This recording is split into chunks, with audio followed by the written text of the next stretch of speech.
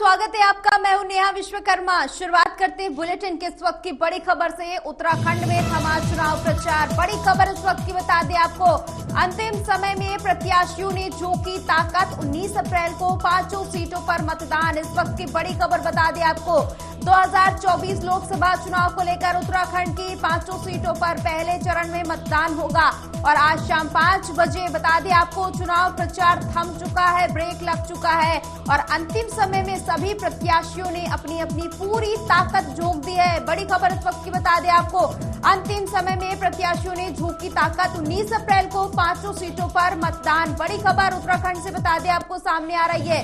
2024 लोकसभा चुनाव को लेकर सभी प्रत्याशियों ने चुनाव प्रचार में अपनी ताकत झोंक दी। बता दें आपको उत्तराखंड में चुनाव प्रचार थम चुका है। अंतिम समय में प्रत्याशियों ने झोंकी ताकत। इस वक्त की बड़ी खबर सामने आ रही है।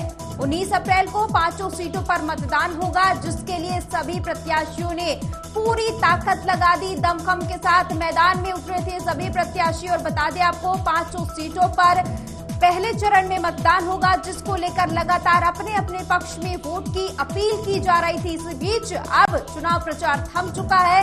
5 सीटों पर प्रत्याशी 19 अप्रैल को वोटिंग करते नजर आएंगे। बता दें आपको इसी के साथ ही जनता को तमाम प्रत्याशियों ने साधने की पूरी कोशिश की। अब देखना होगा 19 अप्रैल को जनता किसके पाले में जाती है। लेकिन इस वक्त की बड़ी खबर बता दें आपको, 5 सीटों को लेकर प्रत्याशियों ने अपनी पूरी ताकत झोंक दी और 19 अप्रैल को सभी सीटों पर मतदान होगा।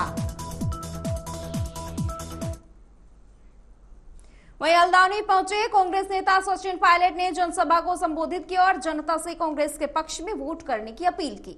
हल्द्वानी में सचिन पायलट ने कांग्रेस बता दें आपको रैली करते हुए जमकर बीजेपी पर निशाना साधा और कहा कि भारतीय जनता पार्टी की नीति और रीति को जनता समझ चुकी है। इस चुनाव में जनता उन्हें सबक जरूर सिखाएगी। हल्द्वानी के रामलीला ग्राउंड मैदान में बता दें आपको आयोजित जनसभा में भारी संख्या में कांग्रेस कार्यकर्ता लोग मौजूद रहे। इस दौरान सचिन पायलट ने विपक्ष पर जमकर निशाना साधा।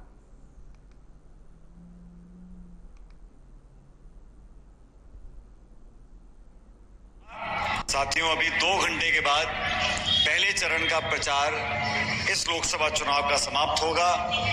19 तारीख को आप सबको न सिर्फ अपना सांसद चुनना है, एक नई सरकार का चयन करना है, एक नई सरकार का निर्माण करना है। 5 साल पहले आप लोगों ने एक जनादेश दिया, जिसको हम लोगों ने स्वीकार किया और 5 साल से एक पूर्ण बहुमत की सरकार देश में काम कर रही है। यशपाल जी ने, सुमित जी ने, प्रकाश जी ने आपको बताया क्षेत्र के हमारे नुमाइंदों के बारे में, इलाके के बारे में। मैं आपसे आग्रह करना चाहता हूं कि ये चुनाव सिर्फ 2 उम्मीदवार नहीं लड़ रहे कांग्रेस बीजेपी के। ये चुनाव सिर्फ प्रकाश जी को सांसद बनाने का चुनाव नहीं है, ये चुनाव देश की तकदीर तय करने का चुनाव है। और आप लोगों को मूल्यांकन करना चाहिए कि 10 साल पहले जो सरकार बनी थी, उस सरकार ने क्या कहा और कितना किया। अब अखबार, टेलीविजन, होर्डिंग, बैनर, मोबाइल, इस पे जो प्रचार हो रहा है उसको 1 मिनट के लिए छोड़ दो और अपने आप से पूछना चाहिए कि 10 साल पहले सरकार बनने से पहले बीजेपी ने कहा महंगाई, बेरोजगारी, काला धन, भ्रष्टाचार, यही बात बोलते थे। इन 10 सालों में किसान की आमदनी दुगनी करने का दावा किया था। मैं कह सकता हूं कि किसी भी किसान की आमदनी दुगनी नहीं हुई। इस पे जो प्रचार। रुड़की के भगवानपुर में लोकसभा चुनाव लड़ रहे भाजपा प्रत्याशी के समर्थक और निर्दलीय प्रत्याशी के कार्यकर्ताओं के बीच झड़प हो गई। देखते ही देखते दोनों पार्टियों के कार्यकर्ताओं में मारपीट भी होने लगी। सूचना पर पहुंची पुलिस ने किसी तरह से दोनों प्रत्याशियों के समर्थकों को समझा बुझाकर शांत कराया, जिसके बाद उन्हें वहां से रवाना किया गया। वहीं भारी संख्या में पार्टी कार्यकर्ता थाने पहुंचे और पुलिस को तहरीर देकर कार्रवाई की मांग की। पुलिस ने तहरीर के आधार पर मुकदमा दर्ज कर लिया है और जांच में जुट गई है। आपको बता दें कि सोशल मीडिया में ये वीडियो तेजी से वायरल हो गया है, जिसमें 2 प्रत्याशियों के कार्यकर्ताओं में हाथापाई होते हुए दिखाई दे रहा है। विवाद को लेकर भाजपा प्रत्याशी त्रिवेंद्र रावत के गनर अरुण बहुखंडी ने भगवानपुर थाने में पूरे मामले को लेकर तहरीर देकर मामले में कार्रवाई की मांग की है। पुलिस ने तहरीर के आधार पर मुकदमा दर्ज कर लिया है और अग्रिम कार्रवाई की जा रही है।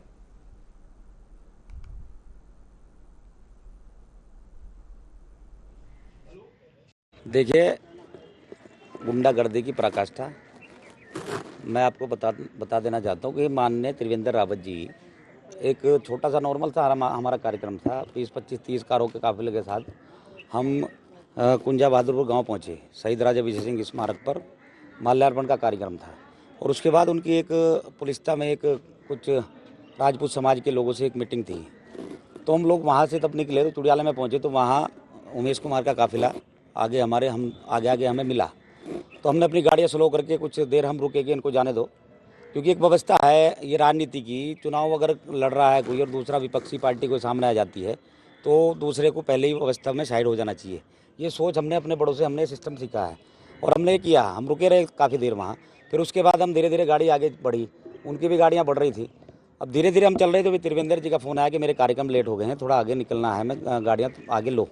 हमने फिर अपने सभी गाड़ी वालों को और हमने खुद अपनी गाड़ी आगे तेज़ी से निकाल के उनके काफिले को क्रॉस कर रहे थे। तो भगवानपुर में जब चुड़ियाला चौक पर हम पहुँचे तो वहाँ पर उनके लोगों ने हमारी गाड़ियों के सामने अपनी गाड़ियाँ लगा दी और उसके बाद उसके जो गुंडे जो उनके साथ घूम रहे थे। आज का जो घटनाक्रम है वो अत्यंत ही गंभीर है और जिस प्रकार निर्दलीय प्रत्याशी के गुंडों ने हमारी पार्टी के प्रत्याशी के निजी सुरक्षा अधिकारी जो सरकारी पीएसओ है उसके ऊपर हथियारों से जानलेवा हमला किया, तो अभी हमने भगवानपुर थाने में तहरीर दी है और हमने चुनाव अधिकारी को भी आदर्श आचार संहिता का जो 200 गाड़ियों के साथ उसका काफिला था उसके लिए भी कंप्लेन की है। और अभी यहाँ से जो उनका ड्राइवर था भाजपा प्रत्याशी का उसके ऊपर हमला किया। हमारा कार्यकर्ता था दिनेश केमवाल, उसके ऊपर जानलेवा हमला ही नहीं किया, हथियारों को लहराकर जान से मारने की धमकी देते हुए निकले और अभी तहरीर भी दी है। मेडिकल के लिए हमारे जो सरकारी पीएसओ थे वो गए हैं। निश्चित रूप से हम जो कानून सम्मत सख्त कार्रवाई होगी वो कराएंगे। और इसी निर्दलीय प्रत्याशी ने, आपके ध्यान होगा, जब ये चुनाव लड़ रहे थे तभी वहाँ हमारी पार्टी के जो नेता हैं रविंद्र पनियाला, उनके लोगों पर भी हमला किया था। अंदर तक होंगे, यहाँ तक देखो आप। हरिद्वार में जिला निर्वाचन अधिकारी सिंह गब्रियाल ने पुलिस कप्तान प्रमेंद्र सिंह डोभाल की अध्यक्षता में चुनावी पुलिस बल की ब्रीफिंग आयोजित की। चुनाव में तैनात फोर्स के बहुउद्देशीय हॉल पुलिस लाइन में ब्रीफ किया गया। बता दें कि लोकसभा सामान्य निर्वाचन 2024 को सकुशल संपन्न कराने के लिए जिला प्रशासन पूरी तरह से तैयार है। ब्रीफिंग के दौरान पोलिंग पार्टियों के आने जाने के रूट, मतदान केंद्र में बरती जाने वाली सावधानियों के बारे में बारीकी से जानकारी दी गई। डीएम और एसएसपी ने लोकतंत्र के महापर्व को सकुशल संपन्न कराए जाने के लिए आह्वान किया है। बता दें कि जनपद में कुल 861 मतदान केंद्र हैं, जिसमें से 1714 मतदेय स्थल हैं, जबकि 247 संवेदनशील पोलिंग बूथ चिन्हित किए गए हैं। जनपद को चुनाव के दृष्टिगत 4 सुपर जोन, 33 जोन और 161 सेक्टरों में विभाजित किया गया है। वहीं मानकों को ध्यान में रखते हुए प्रत्येक बूथ में आवश्यकता अनुसार पर्याप्त मात्रा में सुरक्षा फोर्स भी तैनात की गई है।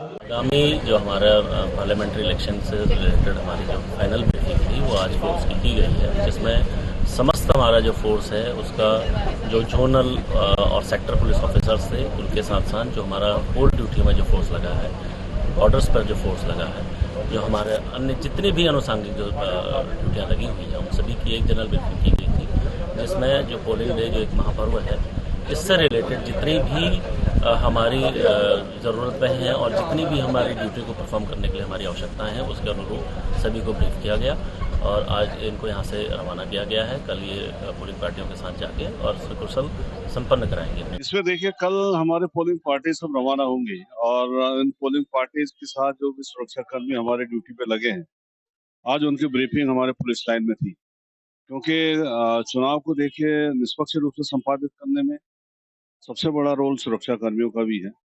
और इस चुनाव में जो सबसे इम्पोर्टेंट चीज ईवीएम मशीन की सुरक्षा का दायित्व भी सुरक्षा कर्मचारियों का है। तो ऐसे में जितने भी सुरक्षा कर्मी ड्यूटी में लगे हैं और साथ में जो भी हमारे सेक्टर मजिस्ट्रेट, जोनल मजिस्ट्रेट साथ में ड्यूटी पे लगे हैं, तो उन सब की ब्रीफिंग आज यहाँ पे थी। और कल हमारी पोलिंग पार्टीज हमारी रवाना होंगी और 19 तारीख को जो मतदान के बाद सेंट्रल स्कूल में ही आएंगे।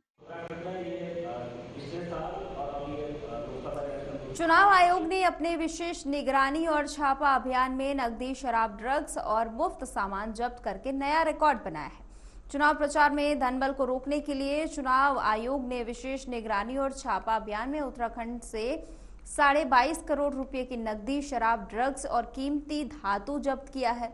2019 लोकसभा चुनाव के दौरान बरामद राशि की तुलना में ये राशि 3 गुना से भी अधिक है। इस बार नकदी जब्त करने के मामले में पिछले सभी रिकॉर्ड टूट गए हैं। बता दें कि चुनाव आयोग ने इसके लिए सभी 5 लोकसभा सीटों पर प्रवर्तन टीमें, निगरानी दलों की तैनाती की थी। दिल्ली में चुनाव आयोग की ओर से पहले चरण के चुनाव के संबंध में जब्त की गई राशि के राज्यवार आंकड़े जारी किए गए हैं। उत्तराखंड के मुख्य निर्वाचन अधिकारी डॉक्टर BVRC पुरुषोत्तम ने बताया कि हमने ज्यादा टीमें बनाई हैं। आम जनता, कई विभाग, आयकर, खुफिया विभाग निगरानी कर रहा है। साथ ही आबकारी, स्थानीय पुलिस, अर्धसैनिक बलों के अधिकारियों के परस्पर समन्वय के साथ लगातार कार्रवाई जारी है।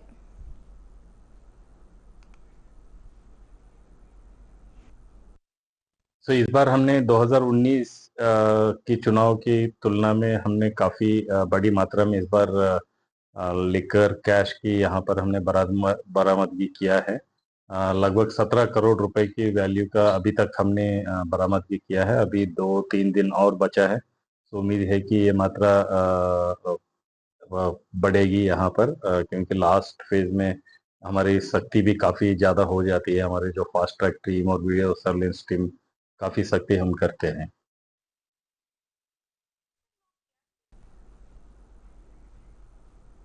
देश के अंदर लोकसभा चुनाव की सरगर्मियां तेज हैं। पक्ष विपक्ष में आरोप प्रत्यारोपों का दौर जारी है। ऐसे में लोकसभा नैनीताल, उधम सिंह नगर में बीजेपी कांग्रेस में कांटे की टक्कर बताई जा रही है। बीजेपी और कांग्रेस स्टार प्रचारक जनता को लुभाने की कोशिश कर रहे थे। बता दें, इसी बीच आज मुस्लिम वोटों को रिझाने के लिए उत्तराखंड अल्पसंख्यक आयोग के उपाध्यक्ष और दर्जा राज्य मंत्री मजहर नईम नवाब ने काशीपुर में जनसभा को संबोधित किया, जिसमें मुसलमानों को केंद्र और राज्य सरकार की योजनाओं से अवगत कराया और नरेंद्र मोदी की गारंटी को लेकर जानकारी दी। उन्होंने कहा कि देश का मुसलमान अब नरेंद्र मोदी के साथ है। नरेंद्र मोदी की सोच सबका साथ सबका विकास है। कांग्रेस ने केवल मुसलमान को डराकर उनका वोट बैंक बनाकर राजनीति के तौर पर इस्तेमाल किया है। मुस्लिम समाज के वोटों को केवल कांग्रेस तेजपात की तरह इस्तेमाल करती आई है। वोटों के इस्तेमाल के बाद फेंक देती है। कांग्रेस ने हमेशा मुसलमानों को वोट बैंक के रूप में इस्तेमाल किया। कांग्रेस ने जो मुसलमानों को बरगरा करके वोट बैंक हासिल किया, हम ये कहने आए हैं पूरे देश में जो 10 सालों में गरीब कल्याणकारी योजनाएं मोदी जी ने चलाई हैं, सबसे ज्यादा गरीब कल्याणकारी योजनाओं का लाभ मुस्लिम समाज को मिला है। और फिर मोदी जी ने 5 साल की गारंटी ली है कि गरीबी को समाप्त करेंगे, गरीबों को उनका अधिकार देंगे। जो महिलाएं जो हमारी थी, मुस्लिम महिलाएं, जिनको आज़ादी के बाद कभी उनके अधिकार नहीं मिले, वो मोदी जी ने दिए। 3 तलाक का हर व्यक्ति को योजना का लाभ मिला, चाहे आयुष्मान योजना हो, गरीब कल्याणकारी में चाहे अनाज फ्री देने की बात हो, चाहे गरीबों को घर देने की बात हो, प्रधानमंत्री आवास योजना के तहत, उज्ज्वल योजना के तहत 10 करोड़ लोगों को गैस कनेक्शन दिए हो, उसमें मुसलमानों की भागीदारी, चाहे राहत कोष दिया हो तो मुसलमानों को दिया है। तो हम तो मुसलमानों से कहने आए हैं, कांग्रेस के भड़काए में ना आए, अपनी भागीदारी तय करें।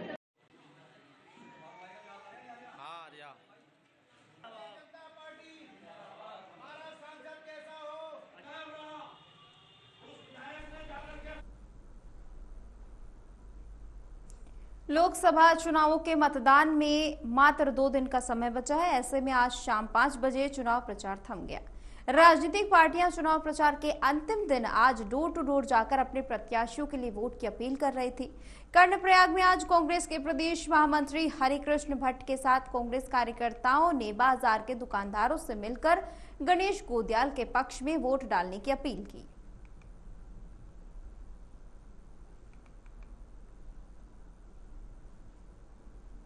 हम 2 संदेश देना चाह रहे हैं जनता को। एक तो यह है कि 19 तारीख में लोकतंत्र का पर्व है, आप अधिक से अधिक संख्या में मतदान करना है, अपने मतदान केंद्र में पहुंचें और अपनी अंतरात्मा पे आवाज़ दें। जो समाज में जितनी चीज़ें चल रही हैं उसके विरोध में जो समाज विरोधी तत्व हैं उनके खिलाफ वोट दें, चाहे भ्रष्टाचार हो, चाहे अंकित हत्याकांड हो, चाहे व्यापारियों को परेशानी हो, चाहे ड्राइवरों को परेशानी हो, चाहे अग्निवीर योजना हो। इन सारी चीज़ों को दिमाग में रखने के बाद वोट देने पहुँचें और मतदान करने अवश्य पहुँचें। और हमें पूरा विश्वास है जनता इस चीज़ को अगर समझेगी तो अपनी अंतरात्मा की आवाज़ पे 2 नंबर के बटन पे जरूर दबाएगी।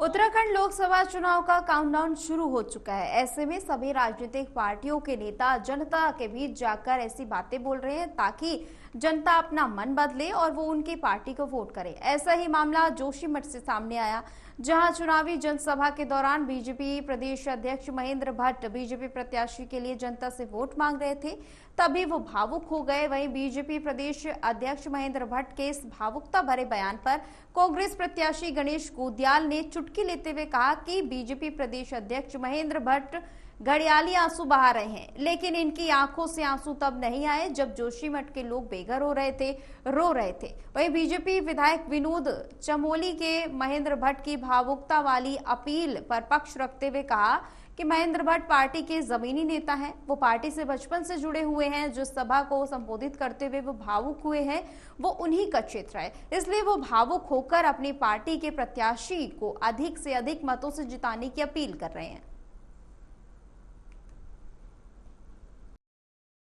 प्रदेश के भारतीय जनता पार्टी के जो अध्यक्ष हैं तो भट्ट जी आज बिलखते हुए नजर आए, रोते हुए नजर आए और भारतीय जनता पार्टी के जो उम्मीदवार हैं वो अपने तमाम गुरुओं की तरह झूठ बोलते नजर आए।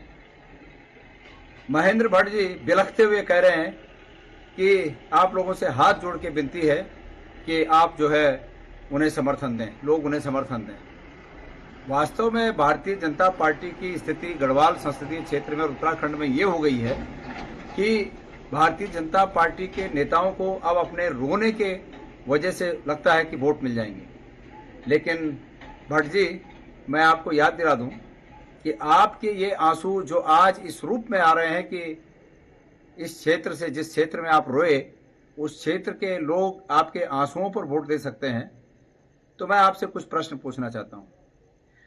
मैं मानता कि आप इतने भावुक व्यक्ति हैं और आज हार को देखकर आप बिलखने लगे हैं, लेकिन मैं तब मानता इस बात को कि आप भावुक हैं जब जोशीमठ आपदा में ग्रस्त था, लोग सड़कों पर थे, कहीं आसरा नहीं था और आपने उस समय बड़े दम्भ के साथ, बड़े घमंड के साथ लोगों पर आरोप लगाया था, जो लोग अपनी मांगों के लिए रो रो कर अपने आंखों में आंसू की धाराएं रुक नहीं रही थी। इस स्थिति में आपसे निवेदन कर रहे थे कि हमें राहत दीजिए।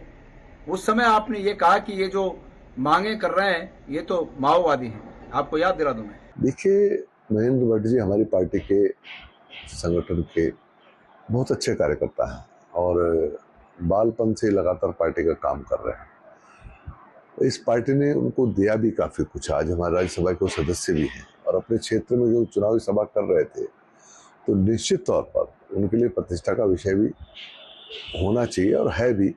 तो अपने लोगों के बीच में जब आदमी होता है तो कई बार भावनाएं प्रबल हो जाती है, आदमी भावुक हो जाता है। उन्होंने भावुक अपील की है वहाँ लोगों से, क्योंकि वो चाहते हैं कि उनके क्षेत्र से अधिक मतों से भारतीय जनता पार्टी जीत कर चल जाए। ये तो एक अच्छी बात है कि कार्यकर्ता इतना भाव प्रधान है कि अपनी जनता से, अपने लोगों के बीच में अपने मनोभावों को रखकर वो पार्टी के लिए समर्थन मांग रहा है। मैं समझता हूँ इससे बड़ा सौभाग्य भारतीय जनता पार्टी को हो नहीं सकता। उत्तराखंड की सभी 5 सीटों पर 19 तारीख को पहले चरण के मतदान होने हैं, जिसके लिए आज शाम 5 बजे उत्तराखंड के चुनाव प्रचार में ब्रेक लग गया। बीजेपी ने अपनी तैयारी पूरी कर ली। इस संबंध में टिहरी लोकसभा से बीजेपी के संयोजक और वरिष्ठ नेता रमेश चौहान ने बताया कि आज शाम 5 बजे प्रचार थम गया। जिस तरह से बीजेपी ने टिहरी लोकसभा में अपनी जीत की तैयारी की और जनता के बीच विभिन्न माध्यमों से अपने 10 साल के कार्यकाल की उपलब्धियों को पहुंचाने का काम किया, उससे जनता में काफी ज्यादा उत्साह है। साथ ही चौहान ने यह भी कहा कि हमारी बूथ स्तर तक तैयारी पूरी हो चुकी है। मतदान के लिए हमारे सभी कार्यकर्ता काफी उत्साहित हैं। जिस तरह से हमारी तैयारियां हैं, उससे यह तय है कि टिहरी लोकसभा सबसे ज्यादा अंतराल से वोट जीतने वाला है।